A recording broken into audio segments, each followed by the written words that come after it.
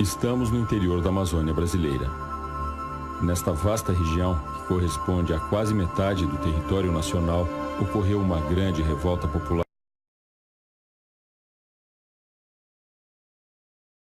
desencadeada no mês de janeiro de 1835 e violentamente reprimida nos 5 anos seguintes.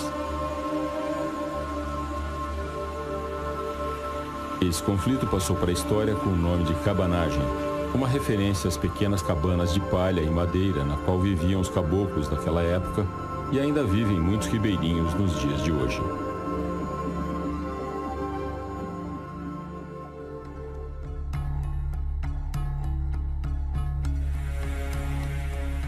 Os livros didáticos de história do Brasil faziam poucas referências à cabanagem. Na historiografia tradicional, esse tema quase não era abordado. Quando eu era menino, na escola, o tema cabanagem era muito pequeno, né? Não sei se era o contexto da ditadura militar, né? Que também falar de uma revolução, né? Que aconteceu e que o povo ganhou, né? E tomou o poder e governou durante algum tempo. Talvez fosse um tabu e etc. Né? Eu fiz o curso normal imediatamente depois do golpe militar de 64. Foi governar o Amazonas um grande historiador da Amazônia, que é o Arthur César Ferreira Reis, que é um grande historiador no sentido que tem uma produção vasta e que nos ajuda. Não dá para fazer história da Amazônia sem ele, mas só com ele também não dá, porque a visão dele é a visão do colonizador, do português. E ele, como governador, adotou uma política de livro didático, de imprimir livro didático. E no livro, os cabanos são apresentados como assassinos, como ralé, como bárbaros, como sanguinários, como violentos.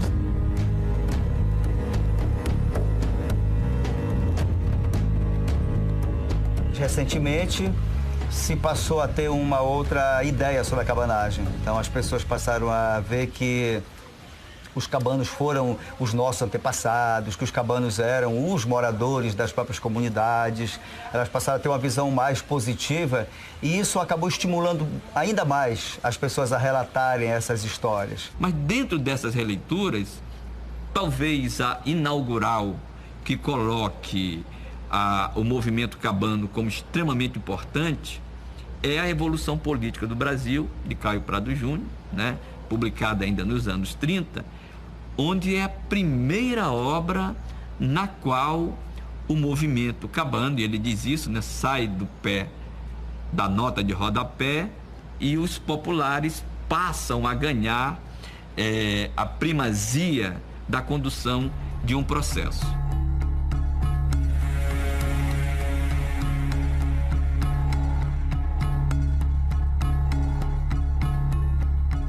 Para compreender a revolta dos cabanos, devemos recuar no tempo e conhecer a forma específica assumida pela dominação colonial portuguesa na Amazônia.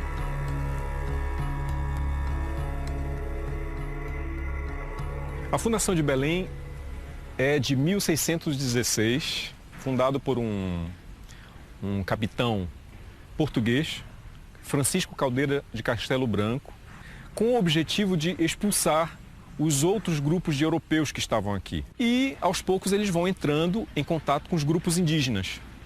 O principal, existiam muitos grupos indígenas aqui que falavam línguas diferentes, que tinham mitologias diferentes.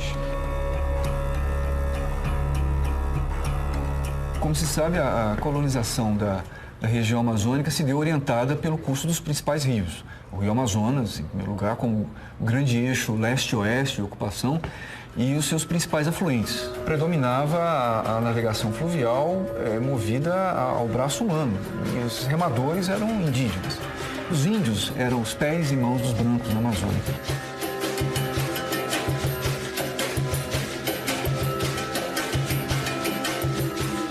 A Amazônia tinha um quadro muito diversificado de línguas, né? Mais de 700 línguas só na área da Amazônia brasileira.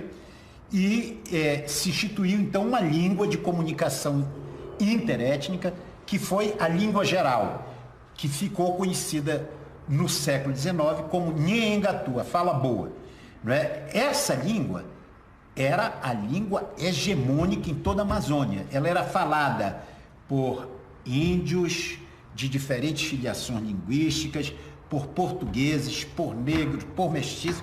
Era a língua de comunicação interna na Amazônia. E esta língua, ela é ainda bastante falada no Alto Rio Negro. Na minha região mesmo, ela é bastante utilizada pelos caboclos, que se auto-identificam como barés, mesmo sem ter certeza de pertencimento a esta etnia. E hoje, aproximadamente, umas 30 mil pessoas devem falar o Iengatu na região do Médio e Alto Rio Negro. É a língua da cabanagem, é a língua dos cabanos. Sem Iengatu não teria havido cabanagem.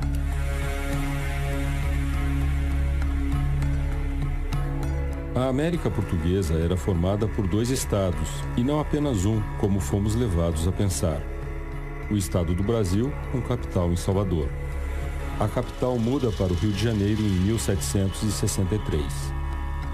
E o estado do Maranhão e Grão-Pará, tendo como capital São Luís.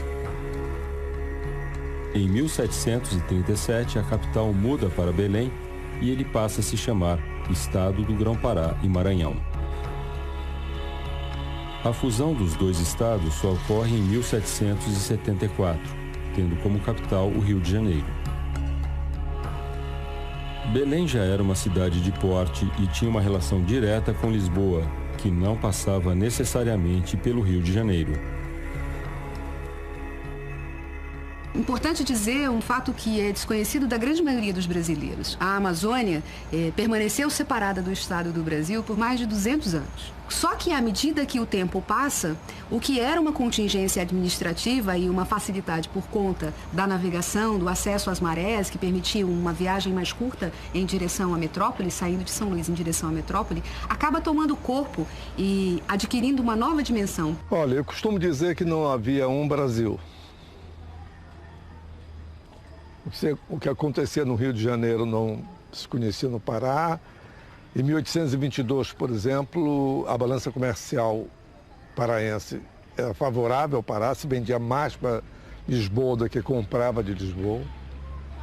Em 1828, 20 anos depois da abertura dos portos, de uma média de 60 embarcações que chegaram aqui ao litoral de Belém, 2 ou 3 do Maranhão, 2 ou 3 do Rio de Janeiro, o restante Europa, Estados Unidos.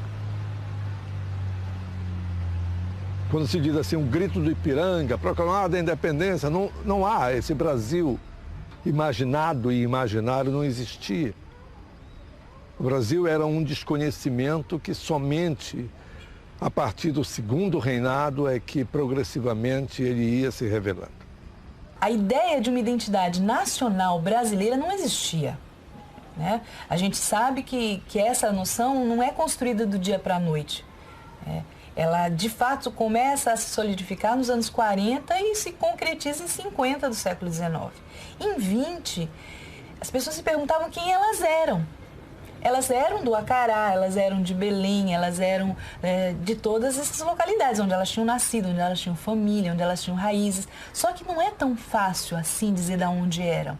Porque se eu era um comerciante, então eu estava em Belém, mas eu tinha uma rede de relações que me ligava ao mais profundo interior da Amazônia e ao mais alto comerciante inglês lá em Liverpool. A proclamação da independência do Brasil, feita por Dom Pedro no 7 de setembro de 1822, não foi percebida da mesma forma em todas as regiões do atual território brasileiro. No caso do Pará, se configurou a ideia de que não houve uma independência, mas uma adesão. Adesão já é outro conceito. Adesão ao quê? Adesão ao Brasil, à causa brasileira. A causa brasileira que era também a causa do filho do João VI, que era monarca português. Então não era bem uma independência de Portugal, era uma adesão ao filho do rei português que estava não na Amazônia, mas no Rio de Janeiro. A forma como a independência chega nas províncias do Brasil é reconheço a autoridade e as propriedades daqueles que forem fiéis a mim e ao Império. Portanto, a estrutura do poder colonial português continua de pé e ela vai explodir lá adiante, a partir de 1835, na cabanagem.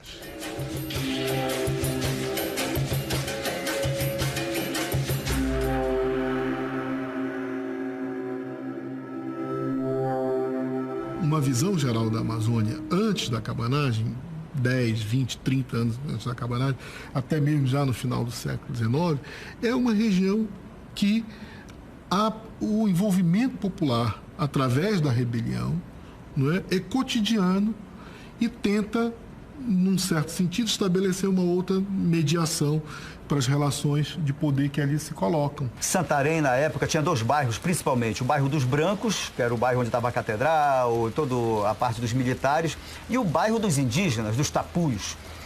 E esse bairro dos indígenas, dos Tapuios, era uma rebelião só. Estava todo mundo o tempo todo querendo matar português. A palavra de ordem dos cabanos era morte aos portugueses. Morte aos portugueses e aos maçons, que em geral eram portugueses e ricos também, né? Para entender esse contexto paraense no plano das ideias, é preciso conhecer alguns personagens que protagonizaram esse processo em Belém do Pará, entre eles o jornalista Felipe Patroni e o cônego Batista Campos.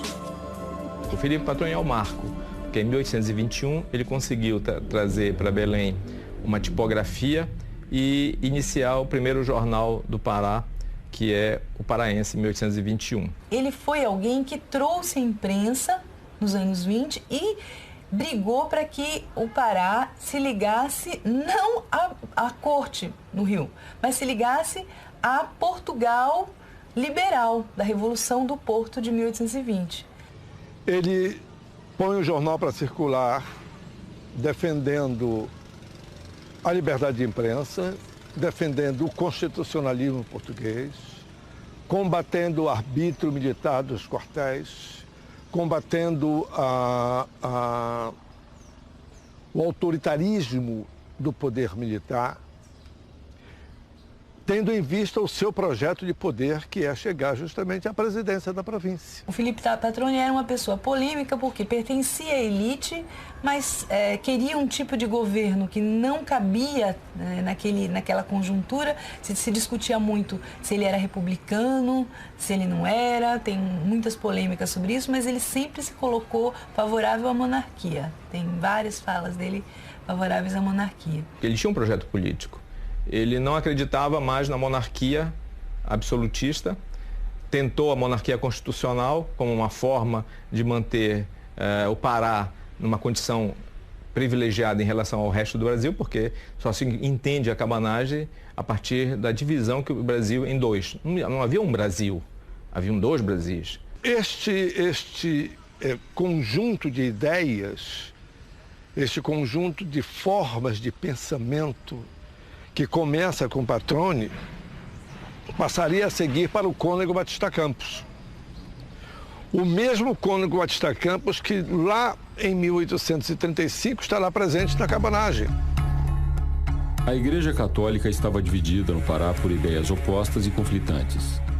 De um lado estava o bispo Dom Romualdo Coelho, homem conservador de ideias ortodoxas. Do outro lado estavam alguns sacerdotes liberais, entre eles o cônego Batista Campos. Quem era esse Batista Campos? Ele era alguém que vem do interior, tem uma família consolidada, que tem bens, começa a crescer dentro do bispado, o bispo começa a dividir poderes para ver se ele não governa muito, mas ele cresce até o final do século XVIII, início do XIX, quando começa a turbulência política. E aí, então, as coisas começam a se separar. Ele estava para brigar com o bispo. Ele acaba assumindo o jornal do Felipe Patroni, a direção do jornal do Felipe Patroni, foi o segundo editor do jornal. Ele estava para brigar com o bispo quando tem o famoso episódio da maçonaria. Ele tenta entrar, não consegue entrar, aí ele se alia ao bispo contra os maçons. Então, é uma figura contraditória também. Apesar da bula papal que ameaçava de excomunhão os católicos que participassem da maçonaria, Muitos padres e políticos brasileiros a ela aderiram na primeira metade do século XIX, pois os maçons tiveram um papel importante no processo de independência do Brasil.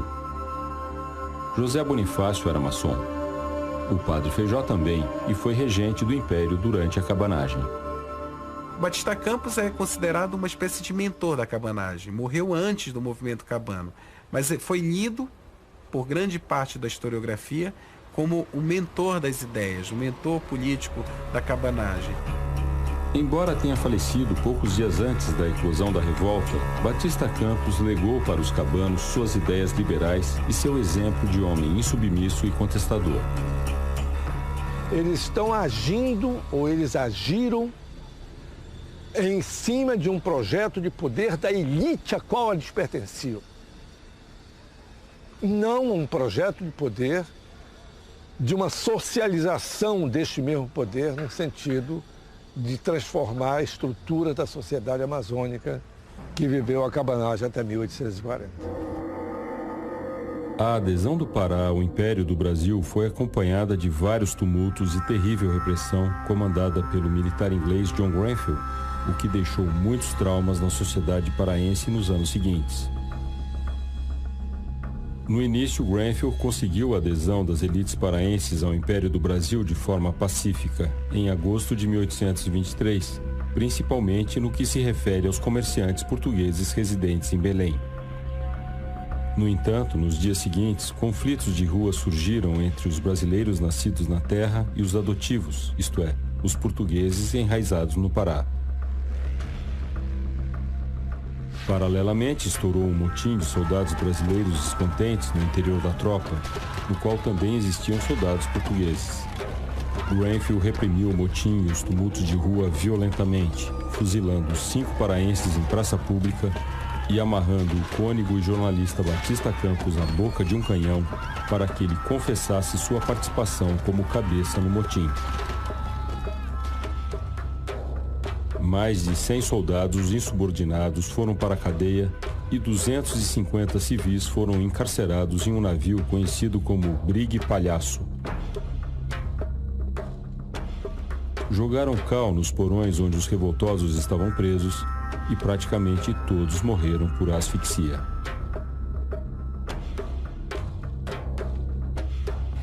E essa morte foi muito polêmica e foi atribuída, especialmente pela população mais pobre, pelos soldados e tal, a um inglês. O ódio aos portugueses foi associado ao ódio aos estrangeiros. Isso foi muito importante para depois a gente entender o que vai acontecer na cabanagem, onde o ódio aos brancos foi mais generalizado. O massacre do Brigue Palhaço rompeu de modo definitivo a adesão inicialmente pacífica do Pará à independência do Brasil.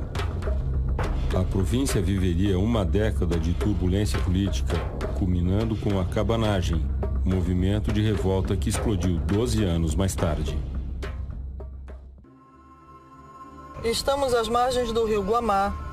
Esse espaço foi um espaço cabano. Era uma região muito produtiva, principalmente com os engenhos de cana que nós tínhamos às margens do rio Guamá. Durante a cabanagem, cada fazenda aqui foi caindo quase que em sequência sob o poder dos cabanos. Era uma região que tinha muita incidência do trabalho escravo. A entrada de escravos africanos no Grão-Pará, no antigo estado do Grão-Pará e Maranhão, foi relativamente tardia, se considerarmos o restante da América Portuguesa, né? Os principais centros de produção para exportação. Só na segunda metade do século XVIII é que passaram a entrar em escala maior os escravos africanos. Eles estavam ligados, esses escravos, sobretudo à produção agrícola. Mas quando a gente olha para Belém e arredores, não dá para pensar a cabanagem sem levar em consideração a forte presença negra, não é? E a ação centenária dos mocambos. Quer dizer, porque a luta dos negros pela liberdade no Pará, ela é muito anterior à cabanagem e ela transcende a cabanagem, vai além da cabanagem e vai além da abolição. A gente não tem só uma vertente, um objetivo. Vários objetivos se conjugam para reunir grupos diferenciados e lutar juntos em determinados momentos, e essas revoltas mudam de faceta ao longo do tempo. Então a cabanagem também ela tem essa característica. Então eu acho que o ideal não seria falar de a cabanagem, mas as cabanagens. A revolta dos cabanos ocorreu durante o período da regência. Após a abdicação de D. Pedro I em 1831, em favor de seu filho, que então tinha apenas 5 anos de idade, o Brasil foi governado por regentes, conforme previsto pela Constituição de 1824. A regência foi um dos períodos mais agitados de toda a história brasileira e durou quase uma década. Estouraram graves conflitos naqueles anos. A Guerra dos Farrapos no Rio Grande do Sul, a Sabinada na Bahia, a Balaiada no Maranhão e a cabanagem no Pará. O país estava dividido em províncias e cada uma delas era governada por uma autoridade que tinha o título de presidente da província. Os membros da regência enviaram para Belém como presidente da província do Pará um homem chamado Lobo de Souza. Vulgarmente conhecido como o Malhado, que ele tinha um fio, uma mecha de cabelo branco. Isso aqui era péssimo. Essas marcas no corpo, cicatrizes, para a maior parte da tradição amazônica, eram marcas que podiam ser demoníacas. Batista Campos publica no jornal um artigo polêmico também fazendo essa associação, falando do malhado, do malhado, do malhado.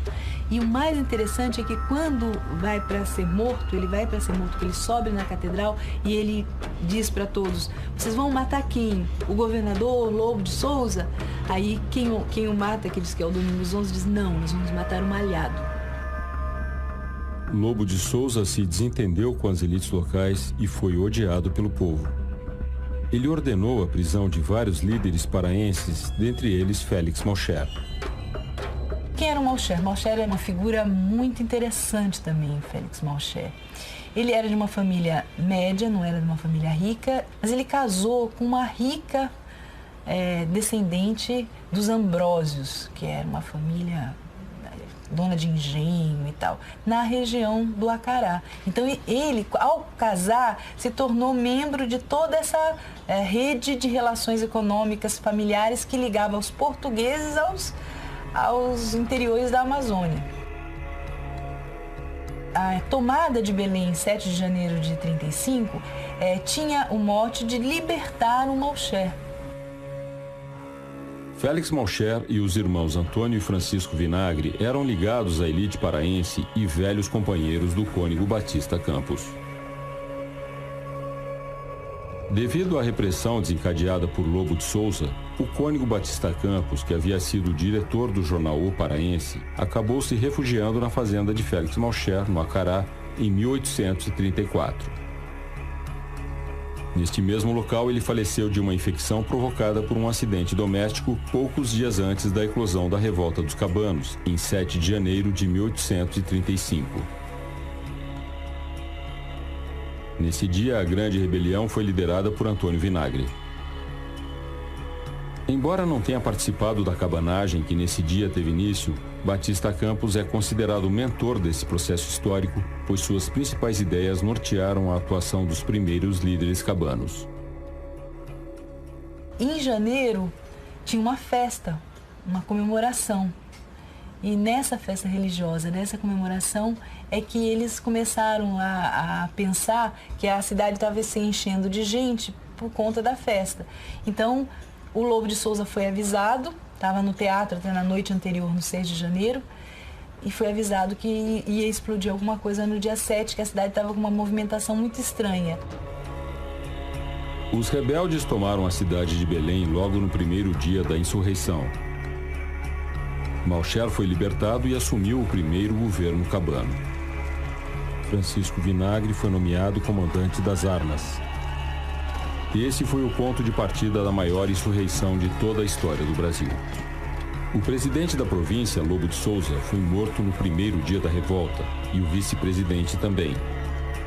Os cabanos mataram ainda o comandante das armas e o comandante da esquadra da Marinha.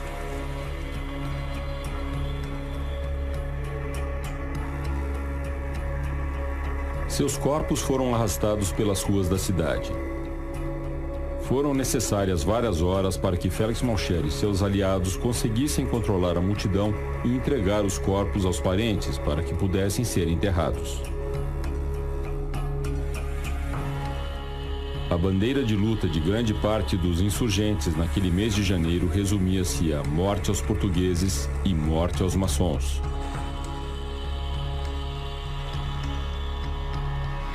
Devido a campanhas que a igreja sempre fizera contra eles, os maçons eram considerados, na mentalidade popular, homens que contrariavam as leis divinas, impedindo que a justiça chegasse até as populações mais exploradas.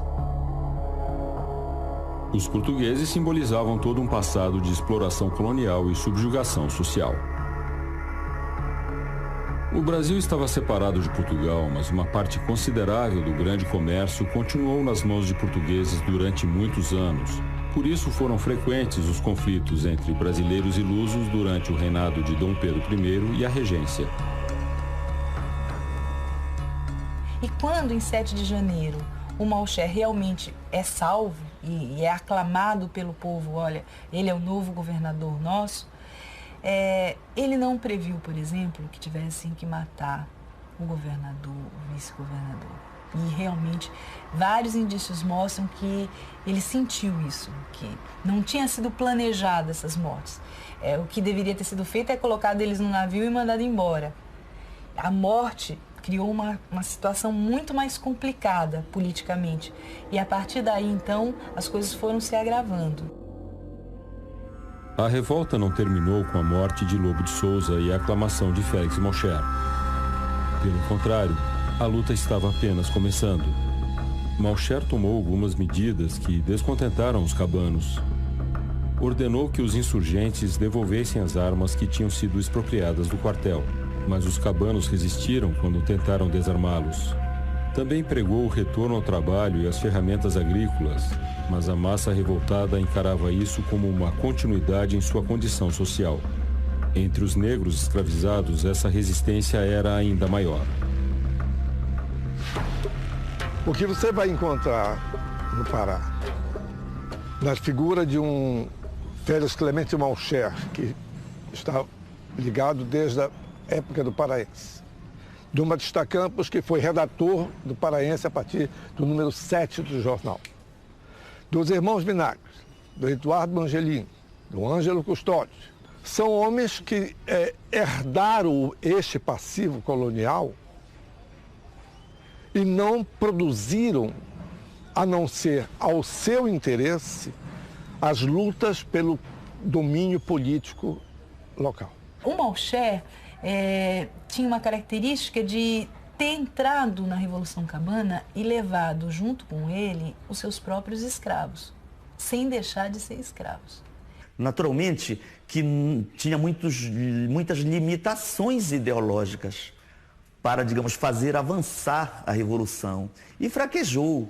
E exatamente por começar a negar algumas bandeiras que estavam muito presentes naquele fervor revolucionário, acabou sendo deposto, né? O que ocorre na hora que a gente tenta entender o que foi a briga interna deles, é que ele foi aclamado, logo depois ele começou a fazer uma série de coisas que desagradaram essas lideranças médias e mais populares, e aí então todo mundo dizia assim: mas quem é você para fazer isso? Você foi aclamado por nós mesmos. Você não foi nomeado, você não veio de cima, o seu poder. Você é um de nós. Então, é essa fala do Vinagre o tempo todo para o Malcher, né? Se você foi aclamado, você não pode dizer que você manda em todo mundo e, portanto, você pode fazer o que você quiser. Seu poder não é absoluto, seu poder emana do povo. A tensão entre Félix Malcher e Francisco Vinagre aumentou tanto que, em determinado dia, acabaram se enfrentando fisicamente dentro do Palácio do Governo e quase se mataram. Malcher resolveu demitir Francisco Vinagre do posto de comandante das armas. Isso gerou um enorme conflito de rua, com partidários de ambos os lados quase iniciando uma luta armada. Malcher ordenou ainda a prisão de Eduardo Angelim, líder popular e carismático. Teve início então um violento enfrentamento entre os dois blocos cabanos. O Malcher foge, fica para um navio em frente a Belém. Os seus aliados mais próximos vão embora junto com ele, mas a maioria fica junto com o Francisco Vinagre, apoia o Vinagre. Então, o Vinagre mandou o Angelim ir até o navio para negociar uma rendição, né, um acordo do Malcher. E ele foi, ninguém sabe muito bem como aconteceu o assassinato, mas na saída do Malcher do navio, ele foi morto. Alguns dizem que era amando do Vinagre, outros dizem que eram já radicais. O Angelim tem essa versão, de que foram homens radicais que estavam fora do controle do Vinagre que fizeram esse assassinato. O primeiro governo cabano dura 40 dias. Francisco Vinagre assume o segundo governo cabano e reconhece o poder da regência. Governou 6 meses, sempre lembrando que estava à espera de ordens do Império. Acabou deixando o governo quando chegou um emissário que veio do Rio de Janeiro. Foi feita uma eleição na Assembleia Provincial. Os partidários de Francisco Vinagre apoiavam o nome do padre Jerônimo Pimentel. Mas quem foi eleito por poucos votos de diferença foi Ângelo Custódio. Surgiu assim um novo impasse, pois Custódio era do interior do Pará, da cidade de Cametá, reduto da resistência anticabana. O Ângelo Custódio ganha, e aí vem a notícia de que ele vai sair de Cametá e vem para cá para assumir. Mas ficou poucos dias no poder. Ele assumiu e logo em seguida ele viu que ele tinha que mandar prender o Vinagre, porque não ia dar para governar junto com o Vinagre solto. Ele manda prender o Vinagre e o Vinagre, então, tem um motivo para fazer a segunda tomada de Belém. O governo cabano de Francisco Vinagre durou 6 meses. Com sua prisão, a massa cabana retomou o combate numa luta e mortandade sem precedentes. No dia 14 de agosto de 1835, sob comando de Antônio Vinagre, irmão de Francisco, milhares de combatentes cabanos invadiram e ocuparam um grande depósito de armas chamado Trem de Guerra, localizado no Largo das Mercês.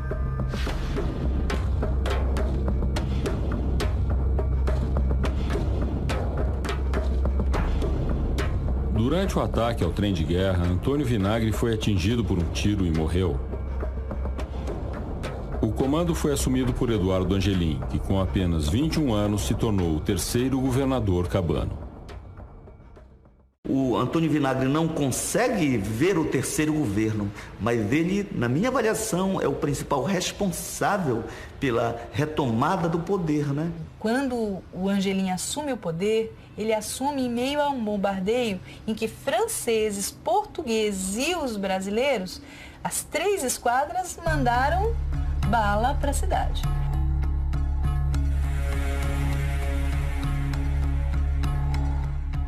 Os 3 governadores cabanos faziam parte dos grupos dominantes da sociedade paraense e por isso sempre tiveram dificuldades em comandar suas bases revolucionárias. Isso porque os interesses entre comandantes e comandados eram conflitantes. Quando Angelim assumiu, essas lideranças radicais também se tornaram radicais por conta desse contexto todo que se vivia. Né? Muitos vinham do interior, eram descendentes de escravos, descendentes de povos indígenas. Isso, o trabalho de algumas pessoas já começou a rastrear. Tá? Então, o que é mais interessante a gente perceber é que, embora existisse uma liderança que era do Angelim, ele não dava conta mais de toda essa gente que ele tentava convencer no interior e que aqui ele não conseguia controlar. Vários líderes negros ou índios mais radicais foram punidos severamente pelos governantes cabanos, dentre eles o célebre Joaquim Afonso, oficial negro de uma milícia rebelde formada por mais de 500 homens que exigia a libertação de todos os escravos. Joaquim Afonso foi fuzilado em frente ao Palácio do Governo por ordens do governador Eduardo Angelim, que ele ajudara a chegar ao poder.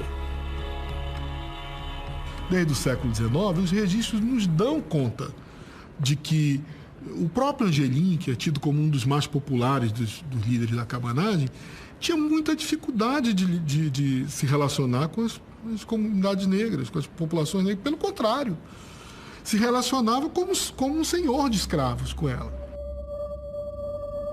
Enquanto os líderes cabanos enfrentavam suas contradições internas, as forças repressoras se organizavam sob o comando do brigadeiro Soares de Andréa, homem fiel ao Império.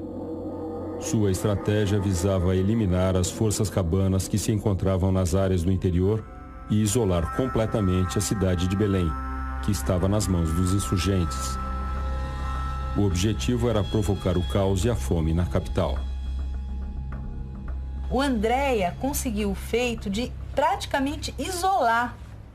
Em janeiro, fevereiro de 36, não chegava nada e não saía nada de Belém sem que as esquadras soubessem. Isso deixou as tropas do Angelim numa situação muito delicada. Muitos cabanos começaram a saquear armazéns em busca de alimentos, saindo em canoas cheias para longe de Belém, o que aumentava ainda mais a falta de alimentos na cidade. No meio desse caos, começou uma epidemia de varíola. Diante dessa situação insustentável, Angelim decide abandonar Belém com a esperança de se unir aos cabanos do interior da província. O governo cabano de Eduardo Angelim durou 8 meses. O Angelim, ele é capturado, ainda demora uns meses, mas ele não consegue chegar ao Médio Amazonas de fato, ele é capturado, é trazido para Belém, tem uma rápida passada por Belém e é enviado praticamente imediatamente para o Rio de Janeiro. A ordem do Andréa era que essas grandes lideranças não ficassem em Belém. E que as lideranças que eram consideradas médias, assim, que vinham do interior, fossem presas numa corveta, nunca aportassem, nunca chegassem em terra.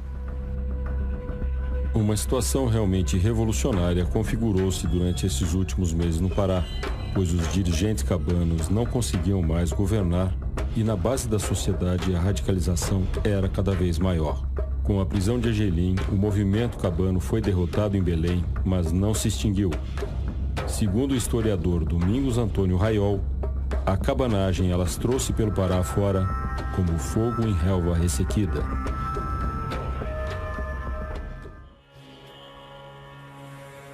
O brigadeiro Soares de Andréa ocupou Belém e tornou-se o novo presidente da província do Pará. A repressão aos cabanos na cidade de Belém e áreas próximas fez com que o movimento insurgente se alastrasse por rios cada vez mais distantes da capital do Pará, obtendo em alguns lugares apoio de povos indígenas, como foi o caso dos Mura. Os negros de alguns quilombos aderiram à revolta. Os soldados de algumas guarnições também, e inclusive pequenos comerciantes e alguns políticos locais. Os cabanos começaram a tomar o poder em inúmeras vilas e pequenas povoações do interior, num movimento descentralizado e sem direção única. A cabanagem não pode ser reduzida apenas a uma luta de índios contra os brancos, porque diferentes dimensões das lutas intestinas, das lutas internas que estavam presentes e que dão a cara da região, elas também aparecem na cabanagem de muitas maneiras. O caso Mura-Munduruku é um exemplo clássico, né? Se os Mura dizem, se os Munduruku apoiavam os legalistas, os cabanos eram a opção política natural dos Mura, porque onde está Munduruku não está Mura. A flecha do Mura era tão veloz que quando atirada, né, ela conseguia atravessar um boi, pra você ter uma ideia, de tanta velocidade que era. Os Mura eram especialistas em táticas de ataque que eram mortais, eram chamadas, enfim, mais modernamente poderiam se chamar de táticas de guerrilha. Eles conseguiam enterrar grandes toras de madeira apontadas, né, nessa forma assim de trincheira, onde a água passava por cima. E aí quando vinham os navios, né, tocavam nessas madeiras e furavam os barcos. E aí o pessoal chegava com as canoas e eliminava os soldados. Os Mura descobriram muito rapidamente que a pólvora molhada não funcionava, então as pequenas embarcações se aproximavam, né, dos barcos com as tropas. jogavam água, né, nos suprimentos e conduziam essas canoas meio perdidas, os barcos da legalidade meio perdidos, conduziam para os igarapés, para os igapós, onde os mura atacavam das árvores.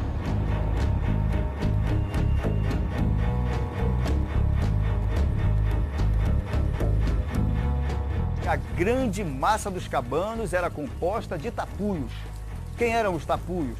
Os tapuios eram indígenas que eram catequizados, eram escravizados nas fazendas, trabalhavam nas cidades de Santarém, Óbidos, Aveiro.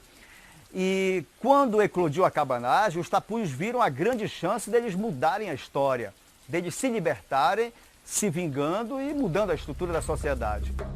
Na ilha do Marajó e em terras do atual estado do Amapá, ocorreram violentos conflitos.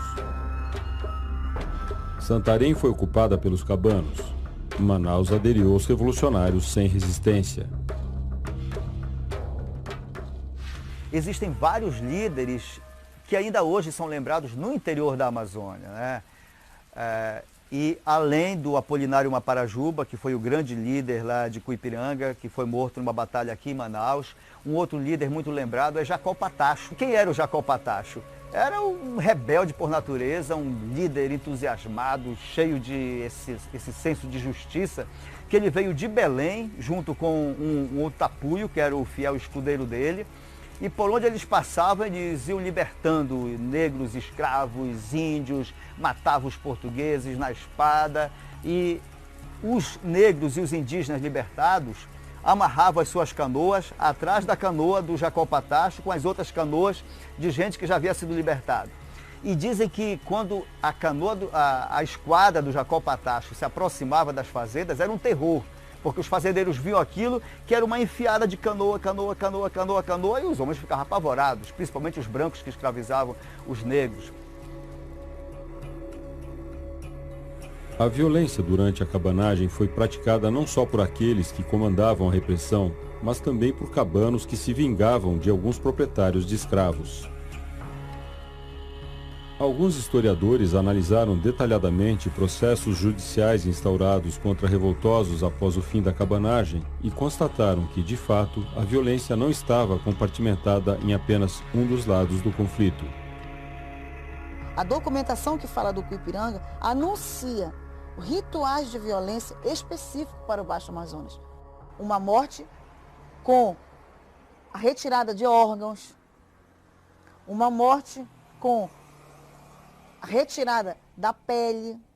Mulheres e crianças eram poupadas por esses cabanos. Então, mais ainda, você vê tanto que uma família que foi apreendida e levada para o Cuipiranga, o marido e a esposa foi presa junto com o marido na embarcação, ficou 3 dias no Cuipiranga, o marido foi assassinado dentro desse contexto, desses rituais que eu apresentei, e a mulher foi levada de volta para a cidade, de volta para a casa dela. Os moradores viram que era um momento propício de ter aquela justiça e, para alguns, de fazer vingança também. Daí a forma como os cabanos reagiram contra os portugueses, seus algozes, e a vontade de fazer uma sociedade diferente. Você veja que, por exemplo, o Miguel Apolinário Maparajuba, ele era um cristão, ele conhecia a Bíblia, tanto conhecia que ele usava trechos da Bíblia para animar os seus rebeldes, os seus liderados. Então esse senhor, ele era motivado por ideais indígenas, nativos e também por ideais europeus. Então, juntando isso, ele queria uma sociedade melhor. Quando ele dizia meus irmãos, ele realmente acreditava que era possível uma sociedade na Amazônia onde as pessoas fossem irmãs umas das outras, né? Índios, negros, brancos inclusive. Nem todos os episódios ocorridos durante a cabanagem foram violentos. O melhor exemplo aconteceu com o Comando Cabano do Baixo Amazonas, que era liderado por Francisco Bernardo de Sena, homem negro de fala fácil e alfabetizado, o que era raro em 1836. O Francisco Bernardo de Sena circula com seus homens na cidade de Manaus, faz um levantamento da força militar disponível e, finalmente, quando ele resolve desembarcar na cidade, ele desembarca com 800 homens e toma a cidade sem derramar uma única gota de sangue e sem disparar uma única bala. As reivindicações dos cabanos eram simples. queriam liberdade e que a província fosse governada por um brasileiro nato, compenetrado de seus deveres e que fizesse a felicidade da província. De uma forma muito inteligente, muito diplomática também, ele chama membros da Câmara para assumir determinadas tarefas no comando da cidade. É importante dizer que até a crônica, isso dura cerca de 6 meses, e até a crônica mais oficial que trata desse período, reconhece que o Francisco Bernardo de Sena foi um dos dirigentes da cidade mais ilibados e que tratou com extremo cuidado os dinheiros, os negócios públicos e especialmente os recursos públicos. Ou seja, aqueles homens que eram tratados como acelerados, bandidos, malfeitores, na verdade, ao assumir o comando da cidade de Manaus, é dito e havido como um dos seus melhores administradores. Com a tomada de Manaus, o movimento cabano alastrou-se como fogo em relva ressequida pelos rios Negro e Solimões até as fronteiras do Peru, Colômbia e Venezuela.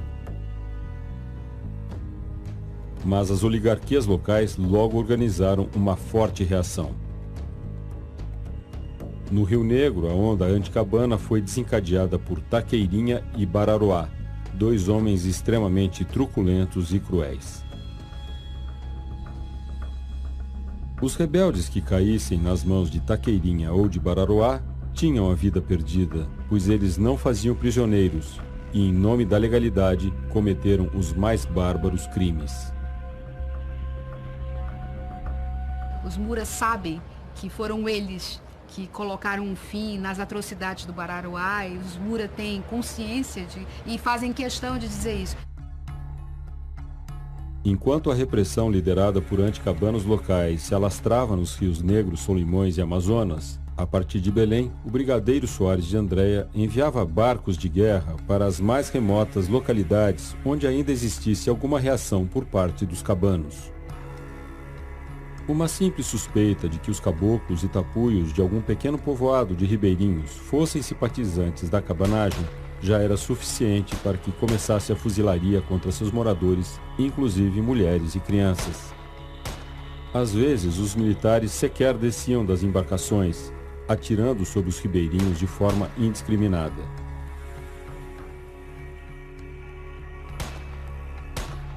A maior parte das 40 mil vítimas da cabanagem morreu assim, e não em combate. Foi uma mortandade jamais vista em toda a história do Brasil.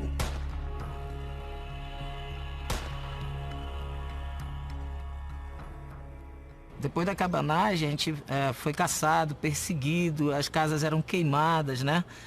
Onde tinha a aldeia era queimada e matavam as pessoas. Os próprios moradores de Vila Franca, de Pinhel, de Cuipiranga, eles dizem numa só voz que depois da cabanagem acabou tudo. Os moradores tiveram que fugir para se esconder nos buracos, na mata, nos troncos de árvores. Sumiram na mata, porque ficar na beira do rio era muito perigoso, né? As forças da repressão passavam. Então a gente sofreu isso e a perda maior foi a língua materna, que foi proibida de ser falado. E aí por que parou de falar? Porque assim, as mães tinham medo de ensinar as crianças, né?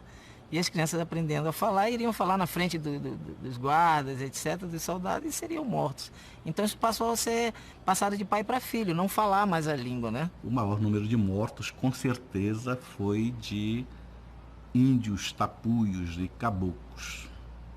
Ou seja, esses agrupamentos humanos que tinham uma tradição amazônica e que sofreu enormemente aí com as perdas em vidas. A cabanagem foi um processo desigual, heterogêneo, que assumiu formas diferenciadas nas muitas regiões amazônicas pelas quais se alastrou. Existe uma discussão enorme entre historiadores, sociólogos.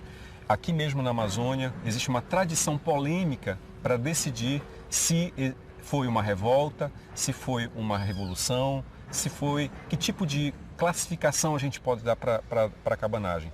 Eu acho que ela foi tudo isso ao mesmo tempo, dependendo do momento e dependendo dos grupos dos quais nós estamos nos referindo. A derrota cabana, ela não significou, digamos, o fim dos sonhos cabanos.